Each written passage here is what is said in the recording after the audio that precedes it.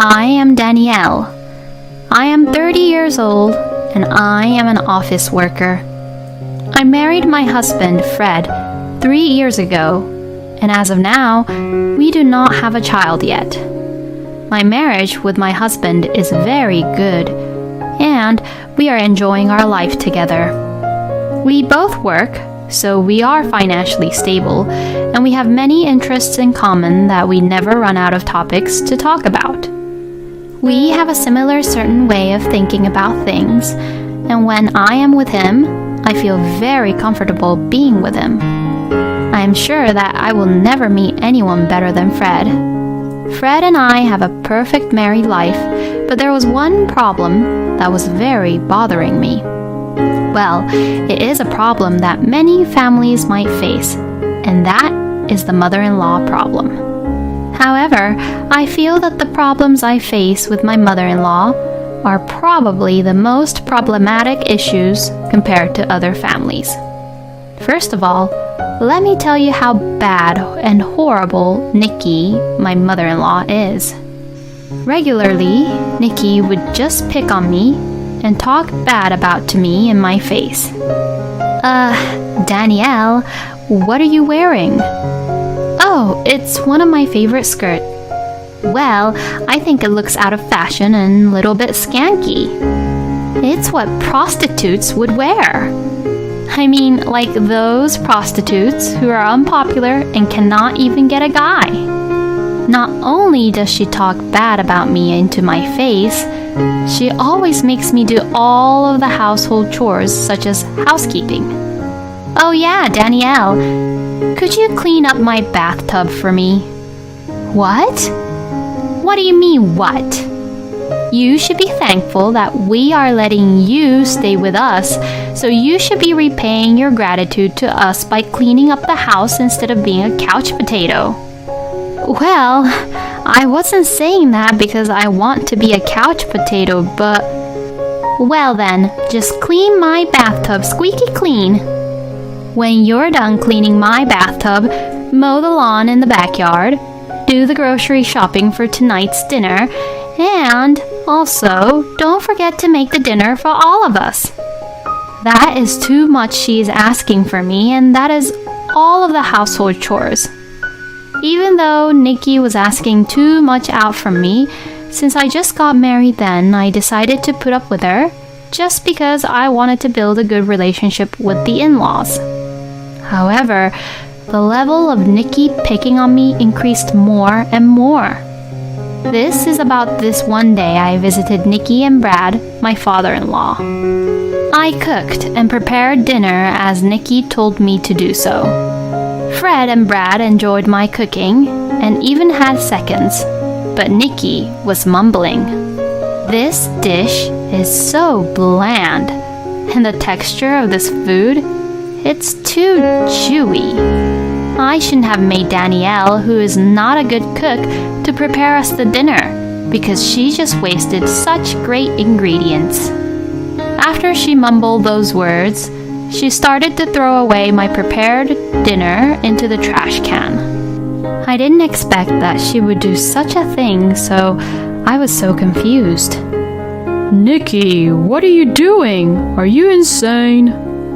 Mom, that is too horrible. Are you two serious? I can't believe this. Why are you both on her side when you two should be on my side?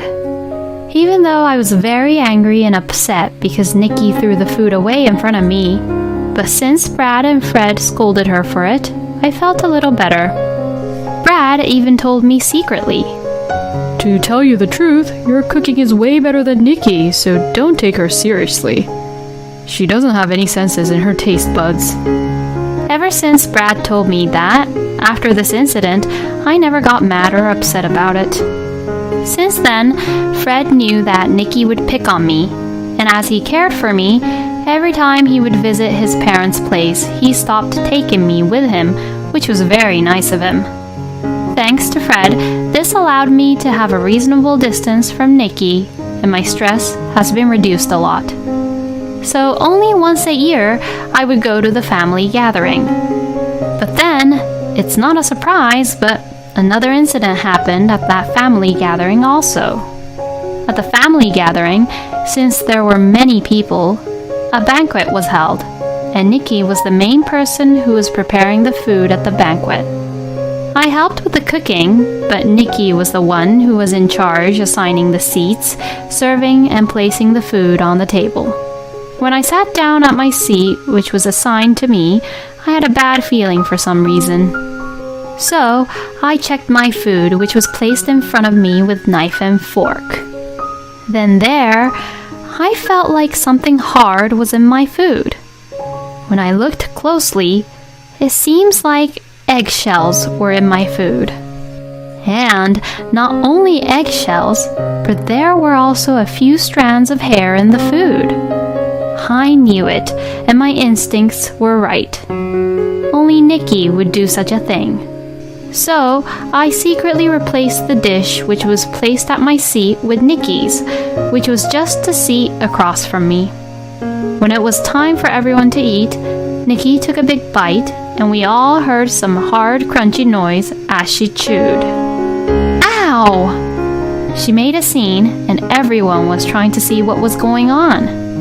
Someone put eggshells and hairs in my food! Nikki screamed, and all of the relatives were looking worried for her. Without any hesitation, Nikki said, "Danielle, it's you who did this," and pointed her fingers towards me. All of the relatives who were there were looking at me coldly. "Nikki, you were the one who was cooking and serving. I was in the kitchen only helping around, so how could I even do that?" "Well, you could sneak out of the kitchen for a second and place the eggshells and hairs in my food." Then another relative who was helping in the kitchen with me said, "Danielle was with me all the time in the kitchen, so it couldn't possibly be her who did it. Also, she came to this table with me, so there were no moments for her to do such thing." And she defended for me.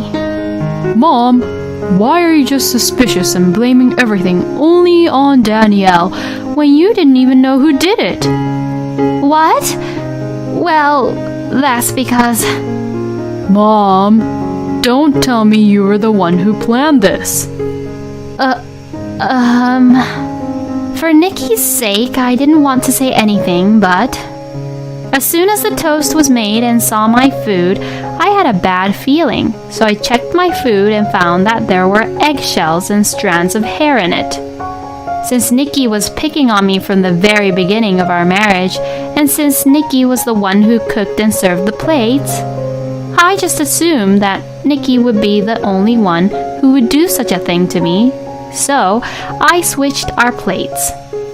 But then, there is no evidence that Nikki actually did this. I shouldn't have just assumed it was Nikki just because she has been picking on me all the time. I'm such a great actress. As I said that, everyone was feeling bad for me and looked at Nikki with dismay.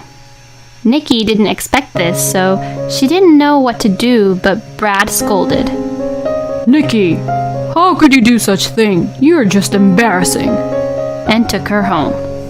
Well, if this was the last incident, then I wouldn't have considered my problems to be that big of an issue. However, Nikki didn't learn her lesson. After that, Nikki stopped picking on me, but instead, she started calling me very often. She called me 3 times a day, morning, lunch, and night, and if I didn't pick up the phone, she would forever call me until I pick up. And if I do answer, she would just talk about her day, wasting my time. Not only calls, but she would just show up at our house without informing me, and just stays at our house for a very long time without doing anything. Even though she doesn't pick on me anymore, she talks to me too much that I can't be bothered to listen to all of her stories, and she always wastes my weekends and holidays by her just talking to me. Even Fred told her off, saying, Mom, could you not come over to our house so often? But she doesn't even listen to him. Therefore, As a countermeasure against Nikki wasting my precious time with her talking, I decided to evacuate to my parents' house with Fred every weekend. I thought this would fix everything, but after 3 weeks of this, Nikki catched on what Fred and I were doing, so she started coming over to my parents' house now. She even lied that she was the delivery person to catch me off guard, and when my mother opened the door, Nikki would just barge herself in. I can't tell you how horrified we were of Nikki. When this happened, we called Brad and made him preach her and take her back home. After that, Nikki stopped stalking and calling me for a while, but then, one day, Brad passed away very suddenly with a health condition. Since there was no one to stop Nikki, she was a loose cannon. Firstly, Nikki spent all of the money she inherited from Brad in a blink of an eye. She bought tons of high-end brand bags and ate out every day at a very expensive restaurant. As a result, Nikki became very obese. Also, she stopped doing any of the household chores such as cleaning and taking out the trash, so Nikki's house became full of trash and it was all a mess. Even the neighbors complained about it, and Fred and I didn't know what to do about it. To make matters worse, Nikki started to borrow money from the loan sharks. Unable to stop her extravagant lifestyle, even when she spent all the money she had from Brad in savings, she continued to use the loan sharks to borrow and spend money. Nikki even brought the debt collectors at our house for us to pay her debts. When the cars of the debt collectors were parked and lined up at our lawn, I was very scared. Fortunately, both Fred and my father were not scared, so they took a firm stand and were able to turn the debt collectors away and then dealt with them legally through our lawyer by saying we were not obligated to make any payments. I couldn't stand Nikki anymore by this time. Even Fred said, Since I don't have any siblings and Dad has passed away, Mom was my only blood-related family, but this is too much. I have no choice but to cut ties with her. So then, we decided to take a certain action. This year, we had a very long spring break. So, to go to my parents' house, I packed all of my belongings and locked the house and headed for my car. When I was about to open my car, I see Nikki standing there. I knew that she would come over. I already predicted this situation. Nikki would come over to our house at the end of the month for money, and this has been going on for the past 3 months now. Of course, Fred and I do not give her any money at all. Hey, Danielle! Today is the beginning of the spring break, isn't it? I know you're bored, so I came over to be in your company. You are just saying that, but you just only want money. How could you say such a thing, Danielle? Isn't Fred on his business trip right now? I thought you would be lonely, so that's why I came over. Thanks, but no thanks, Nikki. I am about to leave and go over to my parents' place. Well, then, I will be looking over your house then. What? You will be gone for a couple days, right? I heard that burglars tend to break in during the holidays. Nikki, it's okay. Please go back to your place. Don't worry, I can take care of your house, you know. As she said this, Nikki just reached into my bag and tried to forcibly take my house keys. Stop it! I quickly hand-chopped her wrist. Ow! Nikki was on the ground, holding her wrist. Nikki, stop bothering us anymore, okay? Well then, I have to go now. I ignored Nikki, who was still on the ground, and got in and started the car. I finally go to my parents' place. Fred opened the door. Finally, you are here. I wanted to say here I am with a smile, but when I saw Fred, I became relaxed and I began to cry. Fred hugged me tight. Fred let me cry in his arms until there were no tears left in me anymore. That night, both of my parents, Fred, and I went out to a restaurant and had a very nice dinner. Then, my phone rang. it was Nikki who was calling me. I forgot to block her. Since my phone won't stop ringing, I decided to pick up the phone. I had no other choice. This will be my last conversation with her anyways. Hello? Hello? Is this Danielle? Hey, isn't your parents' house's address this? The one which is like 50 minutes drive away from your place? Yes, that's the one. Why is your parents' house gone? Oh, that's because my parents moved. What? What do you mean? Where are you now, Danielle? I am at my new parents' house. What?